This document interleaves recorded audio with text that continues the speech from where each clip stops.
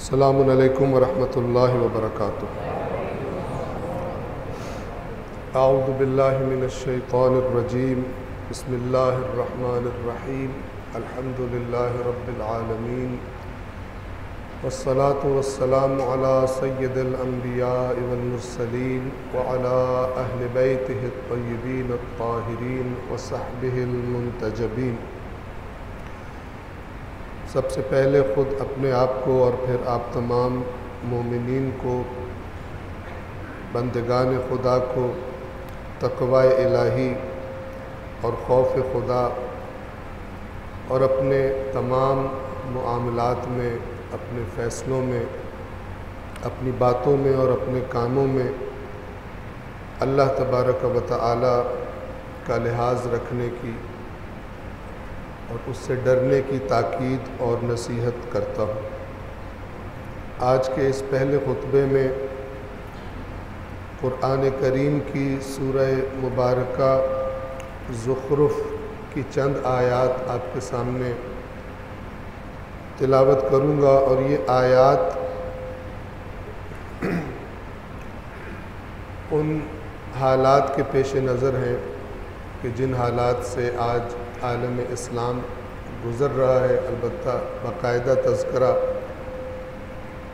दूसरे खुतबे में किया जाएगा और पहला खुतबा क्योंकि नसीहत के लिए होता है, तक़वा की ताकीद के लिए होता है, तो उसके लिए हम कुरान मजीद की इन आयात से इस्तिफ़ादा करेंगे। सलवात पढ़े मोहम्मद व आले मोहम्मद।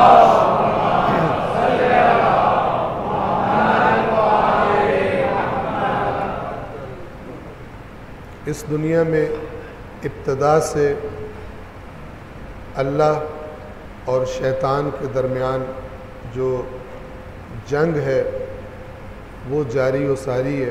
तारीख़ के मुख्तलिफ़ अदवार में एक तरफ बातिल के शैतान के नुमाइंदे और एक तरफ हक़ के नुमाइंदे यानी अल्लाह तबारक व तआला के नुमाइंदे, ये एक दूसरे के साथ बरसरे पैकार रहे हैं और आज भी ऐसा ही है। ये आयत जो आपके सामने तिलावत करने लगा हूँ, सूरह ज़ुख़रुफ़ की आयत नंबर 51 से आयत नंबर 56 तक, इनमें हज़रत मूसा अलैहिस्सलातु वस्सलाम और फ़िरऔन के क़िस्से का एक हिस्सा है जिसका मंज़र ये है कि फ़िरऔन एक इंतहाई ताकतवर हुक्मरान, एक बहुत बड़े और ताकतवर लश्कर का मालिक है और उसके मुकाबले में अल्लाह तबारक व तआला हज़रत मूसा अलैहिस्सलातु वस्सलाम की ये ज़िम्मेदारी लगाते हैं कि आपने और आपके भाई हारून ने अलैहिस्सलाम फ़िरऔन के पास जाकर उसे अल्लाह की दावत देनी है और उसे सरकशी से रोकना है।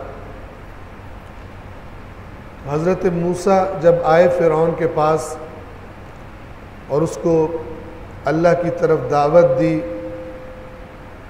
और बनी इसराइल के जिनको मुद्दतों से फ़िरऔन ने अपना ग़ुलाम बना के रखा था और कुरान के बयान के मुताबिक उनके मर्दों को कत्ल करवा देता था और उनकी औरतों को ज़िंदा रहने देता था, और मालूम है कि किस लिए, ताकि ये कमज़ोर रहें और हम इनसे इस्तिफ़ादा कर सकें। जब फ़िरऔन ने एक ख़िताब किया अपनी कौम के साथ, आज का फ़िरऔन भी ख़िताब करता है, कभी ख़ुद ख़िताब करता है और कभी अपने हथियार, एक हथियार जिसे मीडिया कहते हैं, दुनिया का मेन स्ट्रीम मीडिया, उसके ज़रिए ख़िताब करता है और अपनी ताकत से और अपने रोब से, अपनी शान व शौकत से डराता है। और उसके मुकाबले में अल्लाह का नुमाइंदा, अल्लाह के नुमाइंदे उनके पास बज़ाहिर वो शान व शौकत नहीं होता। तो तवज्जो फरमाइए, आयत नंबर 51 सूरह ज़ुख़रुफ़ की मैं आपके सामने तिलावत कर रहा हूँ। वनादा फ़िरऔन फ़ी क़ौमिही, और फ़िरऔन ने अपनी कौम में निदा दी, पुकारा, यानी खिताब किया उनसे, और अपनी कौम को उसने दावत दी कि मेरे और मूसा के दरमियान तुम किसका इंतखाब करते हो, कौन बेहतर है। अब जिस कौम के सामने ये ऑप्शंस रखी जा रही हैं, एक तरफ फ़िरऔन और एक तरफ मूसा, तो फ़िरऔन को एतमाद है कि जो मेरे ज़ेर साया इनकी तरबियत हुई है, ये कभी मूसा का इंतखाब नहीं करेंगे, ये मेरा ही इंतखाब करेंगे। क़ाला या क़ौमी अलैसा ली मुल्क मिस्र, पहली बात जो इसने उनके सामने रखी कि ए मेरी कौम, क्या मिस्र की बादशाहत, मिस्र की सल्तनत मेरी नहीं है? यानी तुम चॉइस करो, मूसा चाहिए या मैं चाहिए। वहादिहिल अनहारु तजरी मिन तहती, और ये जो नहरें बहती देख रहे हो, ये भी मेरे तहत फरमान है। यानी ये ऐलान भी था और गोया धमकी भी थी कि तुम्हारा पानी बंद कर दूंगा मैं, आजकल के दौर में तुम पे पाबंदियां लगा दूंगा, सैंक्शंस लगा दूंगा, और तुम्हारे पास अपनी फसलों को देने के लिए पानी भी नहीं होगा अगर तुम मेरा इंतखाब नहीं करते मूसा के मुकाबले में। अफला तुबसिरून, क्या तुम देखते नहीं हो, देख रहे नहीं हो कि मैं कौन हूं? आयत नंबर 52, अम अना खैरुन मिन हाज़ल्लज़ी हुवा महीनुन वला यकादु युबीन, क्या मैं बेहतर हूं या ये शख्स कि जो महीन यानी पस्त है, घटिया है। घटिया किस एतबार से? इसके पास कोई सल्तनत नहीं है, इसके पास कोई ताकत नहीं है, कोई लश्कर नहीं है। तो मैं बेहतर हूं या ये बेहतर है? वला यकादु युबीन, और ज़रा इसकी हालत तो देखो, ये तो अपनी बात भी सही तरह नहीं समझा सकता। ये इशारा है हज़रत मूसा अलैहिस्सलातु वस्सलाम की ज़ुबान में जो लुकनत थी, जिसकी वजह से उन्होंने जब हज़रत हारून को अपना वज़ीर बनाने की अल्लाह से दुआ मांगी तो ये फ़रमाया था कि इसकी ज़ुबान मुझसे ज़्यादा बेहतर है, यानी मेरी ज़ुबान में मसला है। अब फ़िरौन गोया एक तरफ तो अपनी सल्तनत की तरफ इशारा कर रहे हैं और दूसरी तरफ कह रहे हैं कि ये मूसा जो मेरे मुकाबले पर आया है, आया कोई अक्लमंदी है कि तुम इस बंदे का इंतखाब करो, इसकी बात सुनो मेरे मुकाबले में, जबकि ये है भी पस्त और दूसरा ये कि अपनी बात भी सही तरह नहीं समझा सकता। और गोया वो ये कहना चाह रहा था कि अगर अल्लाह ने किसी को रसूल ही बना के भेजना था, जिस तरह ये दावा कर रहा है, तो किसी ऐसे को बना के भेजता कि जिसको कम से कम बोलना तो सही आता है, या इसी की ज़ुबान कोई दुरुस्त कर देता। आयत नंबर 53, फलौला उल्किया अलैहि अस्विरतुन मिन ज़हब, इस पर सोने के कंगन क्यों नहीं उतारे जाते? उसे पता था कि मेरी कौम की नज़रों में बर्तरी के मेआरात यही दुनिया का ज़्यादा होना, ताकत ज़्यादा होना, जिसके पास ताकत ज़्यादा है वो बरतर है, हमें उस पार्टी में शामिल होना चाहिए। जिसके पास माल और दौलत, सोना चांदी ज़्यादा है, हमें उसका इंतखाब करना चाहिए, वो हमारी ज़रूरियात में हमारे काम आ सकता है। तो इसकी तरफ तवज्जो दिलाई, इकॉनमी की तरफ फ़िरौन ने, और कहा कि यानी मेरे पास तो इतना सोना है, मेरे हाथों में देखो मैंने सोने के कंगन पहने हुए हैं, तो इस पर क्यों नहीं उतारे गए सोने के कंगन? औ जाअ मअहुल मलाइकतु मुक़तरिनीन,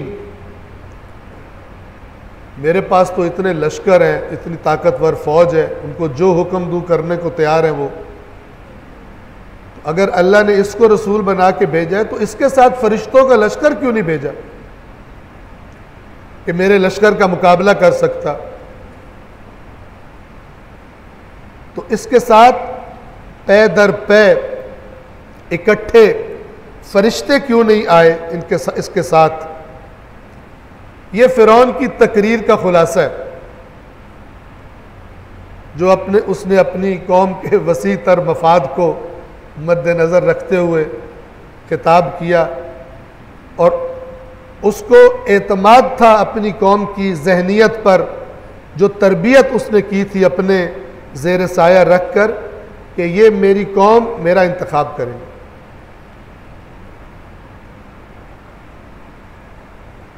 आयत नंबर 54 में अब अल्लाह तबारक व तआला फरमा रहा है कि फिरऔन ने अपनी कौम के साथ क्या किया हुआ था जो वो उसकी हर बात मान लेते थे। तो अल्लाह फरमाता है फस्तखफ़ कौमहू फ़अताऊह, उसने अपनी कौम को हल्का कर दिया था। खफीफ बेवजन लोग थे, बेशख्सियत लोग थे। इस्तिग़फ़ाफ़ यानी किसी को हल्का कर देना। तवज्जो फरमाइए, क्या मुराद है कि एक ताकतवर हुक्मरान, एक जाबिर हुक्मरान, उसको भी खतरा रहता है कि किसी वक्त अगर ये अवाम उठ के खड़े हो गए तो उसको ये बात अच्छी तरह मालूम होती है कि अवाम के इस समंदर के सामने मेरी एक नहीं चलेगी, और हत्ता कि ये लश्कर भी शायद बगावत कर दे जो आज मेरे तहत फरमान है और तनख्वाहदार है, मुझसे तनख्वाह लेता है। जब अवाम के समुंदर को देखेंगे बिलाखिर ये लोग भी तो उन्हीं में से हैं, तो ये भी बगावत कर देंगे। लिहाजा वो एक तरफ तो अपना लश्कर, अपनी फौज को मराआत देकर, उनको अच्छे पैकेजेस देकर अपने साथ अटैच करके रखता है, बड़ों को ज़्यादा, बड़े अफसरों को और छोटे अफसरों को कम। लेकिन इसके साथ साथ वो अवाम की भी ऐसी तरबियत करना चाहता है कि इनके अंदर वो उठ के खड़े होने की जुर्अत और जज्बा ख़त्म हो जाए, और इसका सबसे बेहतरीन तरीका अवाम को अपनी छोटी छोटी ख्वाहिशात पूरी करने के पीछे लगा दें। और वो नज़रिया क्या है कि हम दुनिया में किस लिए आए हैं, बस एक भरपूर ज़िंदगी जिसे मैं इंजॉय कर सकूं, मेरी लज्जतें, मेरा बेहतरीन वीकेंड, मेरी बेहतरीन वेकेशंस, मेरा बेहतरीन बिजनेस, मेरा बेहतरीन कारोबार, ये चीज़ें इन पर पूरा फोकस आ जाए तो फिर ये लोग कभी भी उसके खिलाफ नहीं उठेंगे जिससे इन्हें खतरा होगा कि ये हमारी लज्जात को हमसे छीन लेंगे।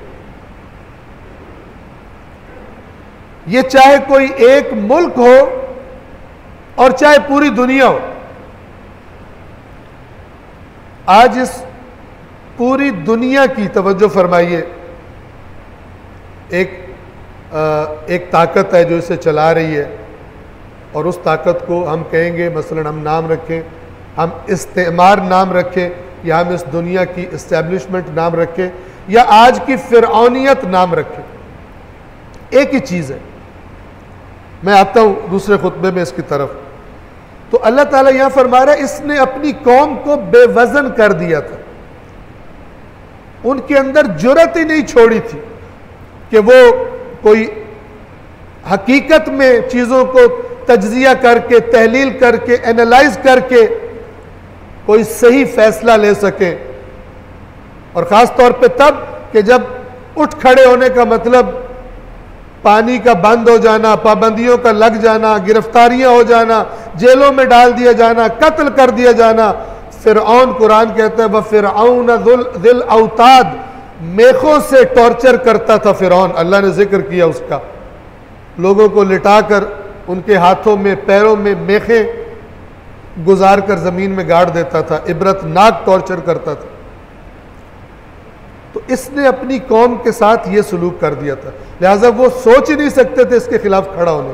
तो अल्लाह फरमाता है फस्तखफ़ क़ौमहू फ़अताऊ, तो उसने अपनी कौम को हल्का कर दिया, बस उन्होंने उसकी इताअत की।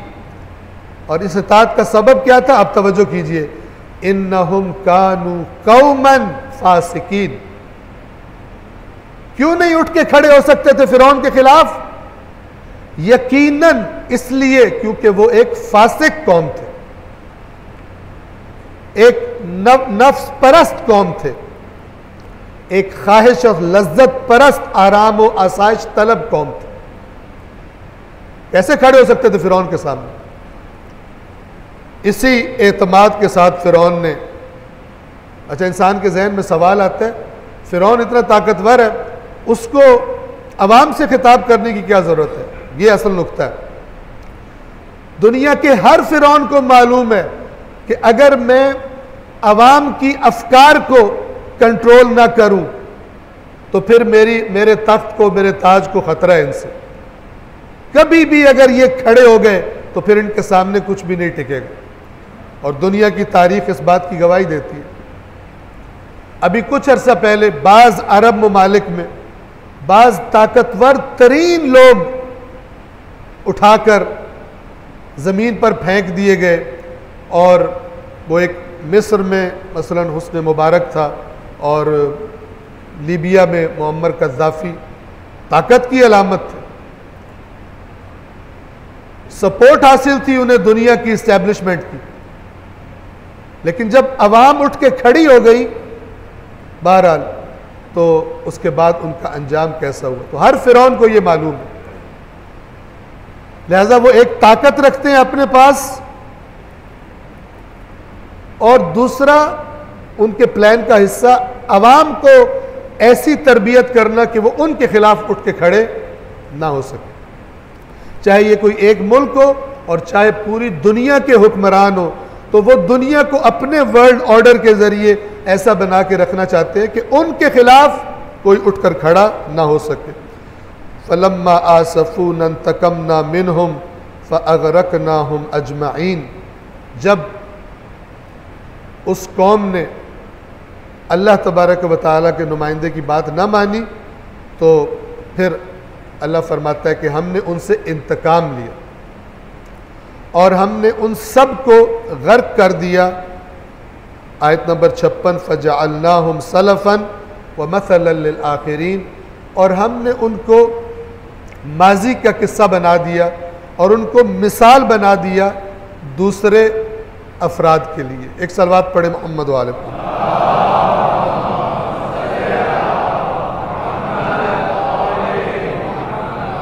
इन चंद आयात में एक पूरी तस्वीर है कि जालिम और जाबिर लोग क्या करते हैं दुनिया में, और बिल आखिर अल्लाह तबारक व तआला का कानून उनके साथ क्या करता है। आप पूरी दुनिया की तारीख पढ़ लें, बड़े बड़े ताकतवर लोग, कई कई सदियों पर मुहित हुकूमतें बिल आखिर माजी का किस्सा बन गई, और उसी तरह के दूसरे इंसानों को अल्लाह ने मुसल्लत किया और उन्होंने उनको नीस्तो नाबूद करके रख दिया और उनके तख्त व ताज को पामाल करके रख दिया।